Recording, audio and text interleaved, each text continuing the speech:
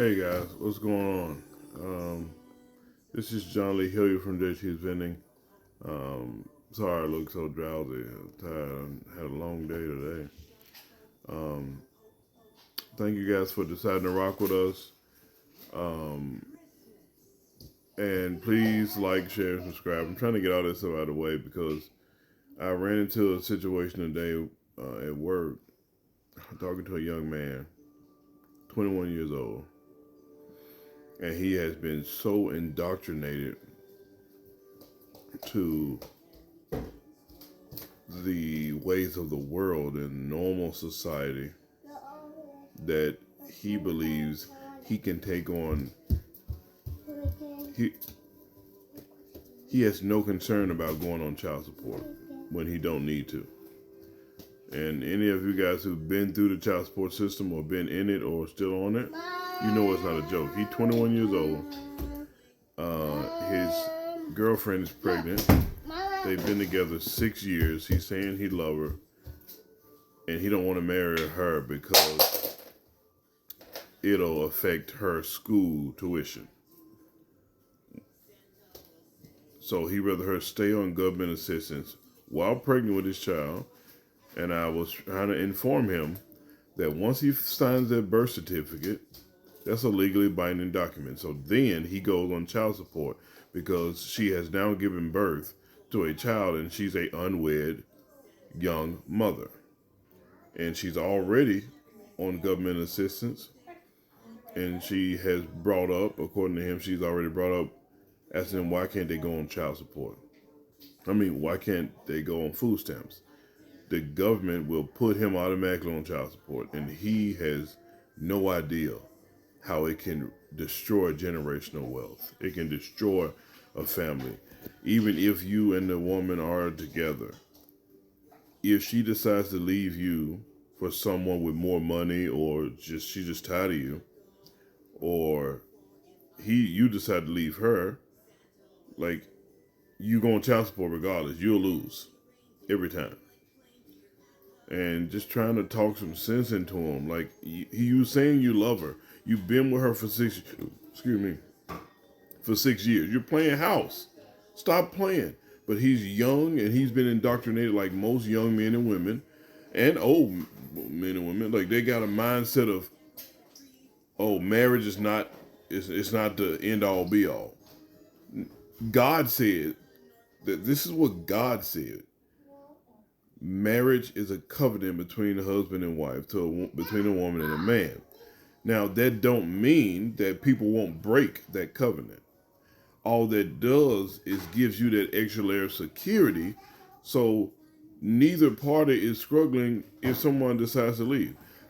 And what's even the greater benefit, having a husband, being married, and tying yourself to the right person, and a lot of times we get the wrong person, but or having multiple different men in and out your life for 50, 60, 70 years. You have boyfriends for 80 years. It just, anyway, to me, this seems outrageous. But I told the young man, I gave him some advice based off biblical principles and how I live my life. And I'm 39, I've been through his situation. Going there can't tell, been there, nothing.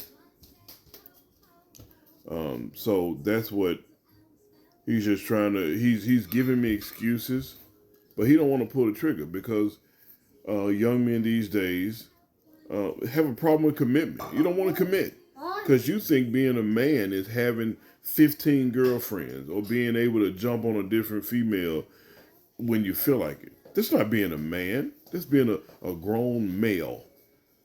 That's being an adult boy. Being a man is what Christ has designed us for, meaning you need to be responsible to, if you're worried about not marrying her because of her school and how much it'll cost, how about you make more money, earn more money? You have a skill, you have abilities, you have the potential to earn more money, but you won't because you're comfortable. So, I gave him some solid information, and I wish somebody was as blunt and straightforward with me about this whole system when I was his age, when I was trying to make the decision. I think I would have done better because it is no joke. But anyway, with that being said, guys, we're finna jump into our day devotion. I just had to get that off my chest because it's really been weighing heavily on me. Charlie, don't lick your foot. Get a towel. My daughter wastes applesauce on her foot while she's standing up trying to eat. So she decides to sit on the floor, fold her foot back to her face, and lick it off. Anyway, let's jump into this day devotion, guys. It's entitled Remember to Remember. Today is the 13th, November 13th. This day devotion is entitled Remember to Remember. I will remember the deeds of the Lord. Yes, I will remember your miracles of long ago. Psalm 77, verse 11. The concept of remembering in any important biblical theme. The command is not forgotten. The command is. Well, give me a second. The command to not forget is given more than 400 times. We are to remember 1. The wonders of God's creation and works of his hands, as how about the former days, long before your time, from the day God created human beings on the earth. As for one end of heaven to the other, has anything so great as this event ever happened? Or has anything like it ever been heard of? Deuteronomy chapter 4, verse 32, if you want to go back and read that. Point number 2 of remembering is that the world belongs to God. For every animal of the forest is mine, and the cattle on 1,000 hills. That's Psalms chapter 50, verse 10, if you want to check it out. And then last, the sacrificial gift of Jesus Christ on the cross. In the same way, after supper, he took the cup, saying, "This cup is the new covenant in my blood. Do this whenever you drink it in remembrance of me." First Corinthians 1 Corinthians chapter 11, verse 25. Memories keep gratitude fresh, and gratitude keeps faith fruitful. Charlie, stop making that sound with that applesauce. Today, have you remembered to remember? God, you have done so much for me. Today, I choose to reflect on my goodness. Oh, sorry, not my goodness. Today, I choose to reflect on your goodness in my past with hope for the present and future. May God add a blessing to the hearers and the doers of his word. Guys, have a blessed night. Be safe.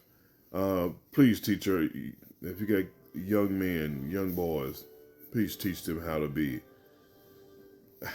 a better husband and how to be a husband and father. Men, if you got kids, you got sons in particular, show them what being a man is. Being a man is about. It's not about. Show them from the Bible. Show them biblical principles. It's not about chasing women. And you had King Solomon had 300 wives and 700 concubines. That didn't make him a man. Him seeking God for wisdom and guidance is what made him the man. But the things that he did, it just, oh man, I'm tired. Anyway, guys, that was heavy on my heart. Please, we'll pray for that young man. Continue to put him in our prayers. And we ask that he make a better, that he decides to marry his soon-to-be baby mama. Because the government, the attorney general will get involved in his child support once his child is born. And he will have a bastard child. It means a child born from parents who weren't married. And that child will then have a hard life just because of the sins of the father. I know it because I'm living it myself. So, young man, don't do it.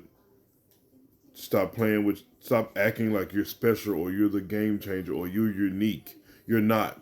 You're a regular human that God made just like all of us. He made all of us. And that child support trap, it only traps idiots who stick their foot in it. Hey, don't waste the money. Like me. I did it. So, young man, please don't do it.